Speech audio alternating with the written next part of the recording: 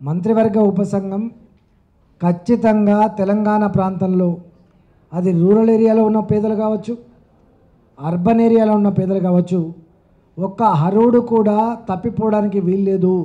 Eligibility ఉన్నటువంటి ప్రతి పేదవాడికి కడుపు నిండా కార్డు ఇవ్వాలి, అన్నం పెట్టాలంటే సంకల్పంతోటి ఇవాళ మంత్రివర్గ ఉపసంఘం రికమెండ్ చేయడం జరిగింది.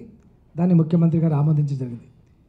ఇలా గ్రామీణ ప్రాంత ప్రజానికానికి కానీ అర్బన్ ఏరియాలో ఉన్న ప్రజానికానికి కానీ ఇలాంటి నిబంధనలు ఏమీ లేవు అని చెప్పి మనవి చేస్తూ ఉన్నాం. ఎంతమంది కుటుంబ సభ్యులు ఉన్నప్పటికీ కూడా 20 కేజీలు మాత్రమే సీలింగ్ ఉండే, అంటే ఒక కుటుంబంలో 20 కేజీలకు మించి బియ్యం ఇచ్చేటువంటి సాంప్రదాయం లేకుండే. కానీ ఇవాళ ఎంతమంది ఉన్నా కూడా ఎంతమంది కుటుంబ సభ్యులు ఉన్నప్పటికీ కూడా అందరికీ 6 కేజీల చొప్పున బియ్యం ఇచ్చే దానికోసం తెలంగాణ ప్రభుత్వం ఇలా నిర్ణయం తీసుకున్నది.